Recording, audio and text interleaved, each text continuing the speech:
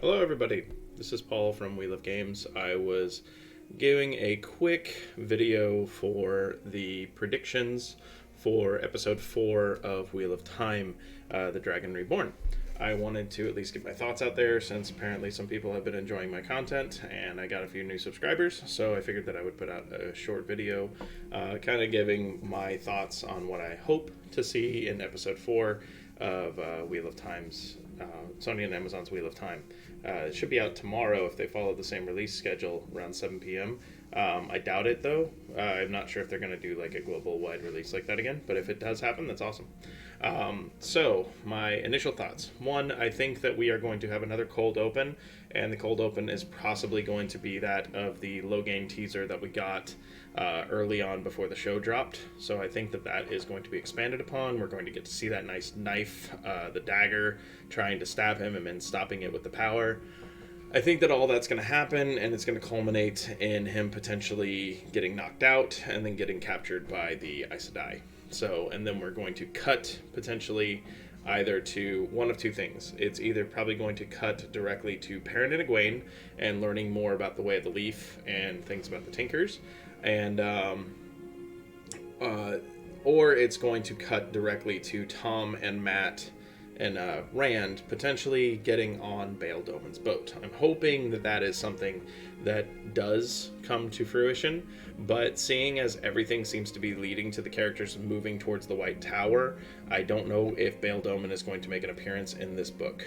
I know that they were mentioning going to Whitebridge a lot prior to everything going on with the reveal that Logain's in a cage and things like that. But I'm hoping to see possibly Bayle, but if we don't see Bayle, that's fine. I hope that he makes an appearance later on in the story. He is one of my favorite characters, so I'm hoping that we get to see that as the story develops. But I do really want to see that iconic shot of Whitebridge. I think that it'll be really nice as like a spectacle for the series. Hopefully they don't have to delay it until another season. But moving past that, those are my two thoughts. So we're probably going to get Perrin, Egwene, and the Tinkers. We're probably going to get that bit of breakdown, and we're probably going to get the boys and Tom moving forward. We did spend a lot of time on the boys and Tom in the last episode, so I would not be surprised if they kind of did a backwards, like a balance thing, where this episode, for episode 4, we get more of Egwene and Perrin and less of Rand and Matt. But we'll see. And then we might also have some revelation about the Dark Friends. Maybe there's a Dark Friend within the Tinkers or something like that. Somebody that sells out Egwene and Perrin to the White Cloaks, because we have seen that in the trailer where Aram is laying down and Egwene and Perrin are being surrounded by what appears to be questioners based on the silver pauldrons that they're wearing. So these are my thoughts, at least when it comes to the primary characters with the Emond's Fielders.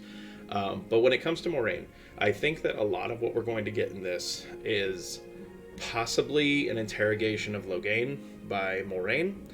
We are probably going to get the healing of Moiraine by one of the sisters. I mean, that's pretty much guaranteed. It's shown in the trailer. It's all that.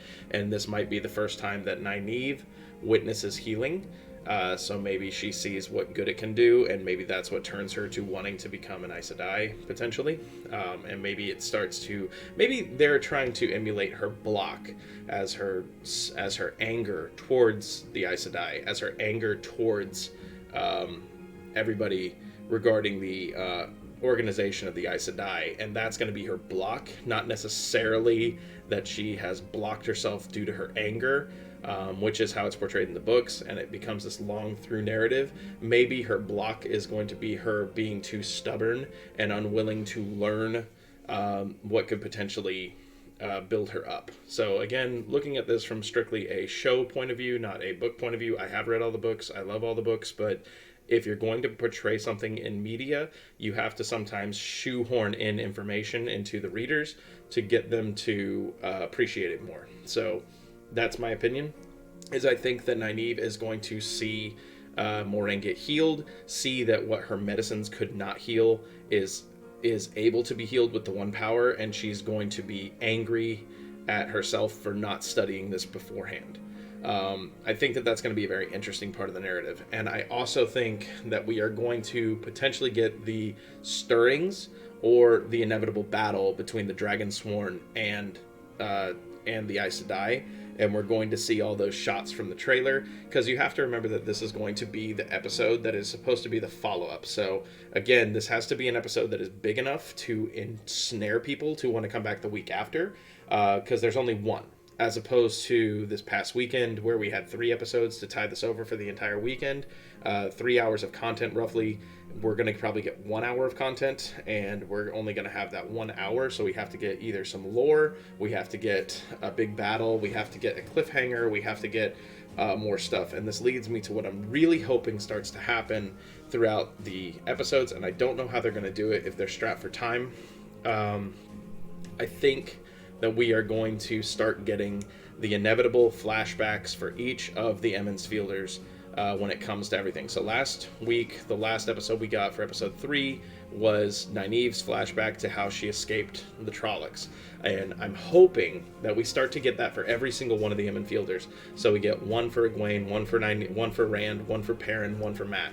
And we get this build-up of story that progresses to the next bit of the story. So like maybe it'll have a direct tie-in, similar to like what happened with Nynaeve, where we got to see her besting a Trolloc, and that shows that she feels strong enough to compete with Lan in a 1-to-1 fight, and she horribly fails. Maybe we'll have the fever dreams with Rand, and that will lead into Tom mentioning stuff about the Blood Snow, or stuff about the Aiel and the history of them, and him commenting on Rand's appearance. Possibly we'll get to see Mat protecting the girls. Maybe we'll get more history with that knife that he gave Perrin that was made by Layla. Maybe we'll get to see more of Perrin's situation after Layla passed, where he gets possibly a revelation that she potentially was a Dark Friend based on her stance.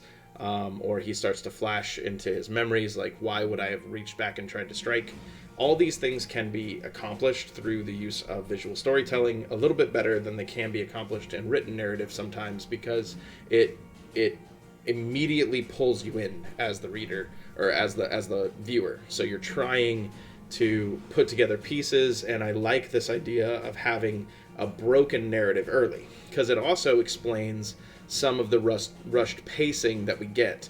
And by the end of the season, if we have each of these pieces put into the puzzle, then we get the full scope, and that beginning part does not become so fragmented.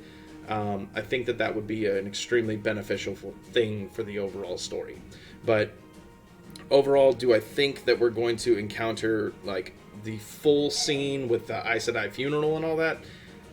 No, I don't think we're going to get that far. I think that's going to be the opening of episode potentially 5.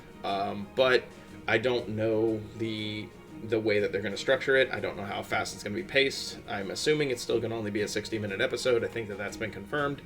But my personal opinion is I think that this would be a very nice way to tie in everything. But from what I've gathered with the overall story, it appears that we are going to be locked in to a lot of the situation with Logain. And if we get to see the melting of the cage, if we get to see him breaking free, if we get to see the Dragonsworn coming after him, all these things, and I'm hoping that this is, this is engrossing enough to get people to want to come back for episode 5. I know I'm going to be watching it regardless, but this is about appealing to new viewers, and I just wanted to put my thoughts out there before the show came out tomorrow, potentially, or by Friday. I'm going to be taking the day off tomorrow from streaming and everything, so just I guess I could do all that weird YouTuber stuff now where I say, like, comment, subscribe, whatever. If you're interested in my content, I appreciate it. I stream pretty much daily from 11 a.m. Eastern Time till about 2 p.m. Eastern Time every single day on Twitch. I have links for that in the description for the video. And if you guys are interested in my content, I appreciate it. You can drop me a follow on Twitch. I'm not even affiliate yet, so, no ads or anything yet, so that's kind of nice. But hopefully I can touch base with some of you guys, and you guys can see what I'm doing when it comes to the stuff that I've been developing for that channel. So appreciate it if you lasted this long in the video. Thank you very much, and I'll see you next time. All right, bye-bye.